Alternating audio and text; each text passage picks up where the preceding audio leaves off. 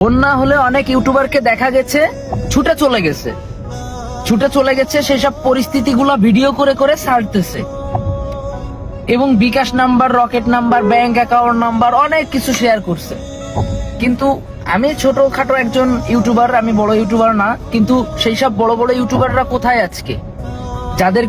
যাদের দেখে অনুপ্রাণিত হয়ে আমরা ইউটিউবিং শুরু করছি, তারা আজকে কোথায়? তাদের যাওয়া উচিত। বন্যায় মানুষ বিপদে পড়লে তাদের পাশে দাঁড়াই। আর আজকে আমাদের ছাত্র সমাজ, ছাত্র ভাইয়েরা, ছাত্র ছিল না এমন কোনো মানুষ নেই, প্রত্যেকটা মানুষই ছাত্র ছিল। একদিন হলেও স্কুলে গেছে এমন কোনো মানুষ নেই যে কোনোদিনও স্কুলে যায় নাই। তো যদি কেউ না যেয়ে থাকে, হয়তো বা তার বাবা মা নাই, বা সে আসলেই পথশিশু।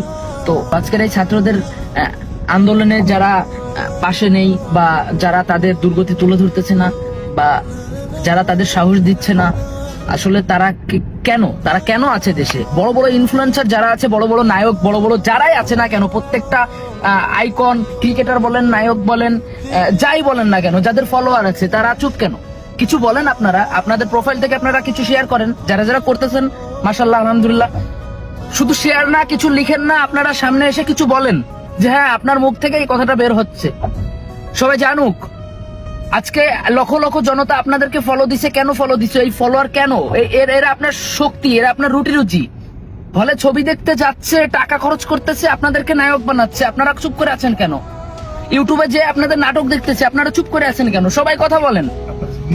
ন্যায় অন্যায় এটা আপনি কি, মানে আপনার বুকে সাহস নাই? আপনারা কথা বলেন। যারা ইনফ্লুয়েন্সার আছেন, সবাই কথা বলেন, সবাই ভিডিও বানান, আপনাদের মতামত জানান, আপনাদের ফলোয়ার গুলারে সঠিক ন্যায় অন্যায়টাকে অন্তত বুঝান। আপনারা সমাজের সবসময় দুর্গতি তুলে ধরেছেন নাটকের মাধ্যমে, সিনেমার মাধ্যমে। তো সমাজের এখন এই দেশের কি হচ্ছে সেটা তুলে ধরেন। ভয় পাচ্ছেন কেন? জীবন তো একটাই, হয় বাঁচবেন না হলে মরবেন। তাই এত ভয় পাওয়ার কি আছে? একদিন মরণ হবে, যেদিন লেখা আছে সেদিন মরণ হবেই। তাই কিছু বলেন, ন্যায় অন্যায় কিছু বলেন, এটার একটা সমাধান তো দরকার। এভাবে রক্তপাত, এভাবে ছাত্র সমাজের উপর নির্যাতন, এসব তো সহ্য হচ্ছে না। মানে এগুলো তো বুক কেঁপে উঠতেছে। তো যাই হোক, দেশকে ভালোবাসি এবং দেশকে যারা রক্ষা করতে চাই তাদেরকে ভালোবাসি। এবং যদি কেউ ভালো কিছু সিদ্ধান্ত নেয়, দেশের ভালো হবে বা যে কোনো একটা ন্যায় কিছু, তাহলে সে ন্যায়ের পক্ষে আপনি কেন কথা বলবেন না? আপনারা সবাই কথা বলেন।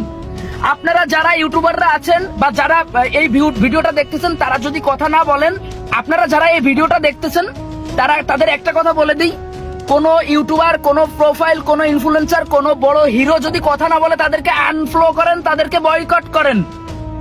আমার যদি অন্যায় পান, আমাকেও বয়কট করেন। আমি যদি ভুল কিছু বলে থাকি, আমাকেও আনফলো করে দেন। যাকে মনে হচ্ছে যে আমি ভুল কিছু বলতেছি, আনফলো করে দেন, দরকার নাই। তো ভালো থাকবেন। আসসালামু আলাইকুম। সবাই কিছু না কিছু বলেন।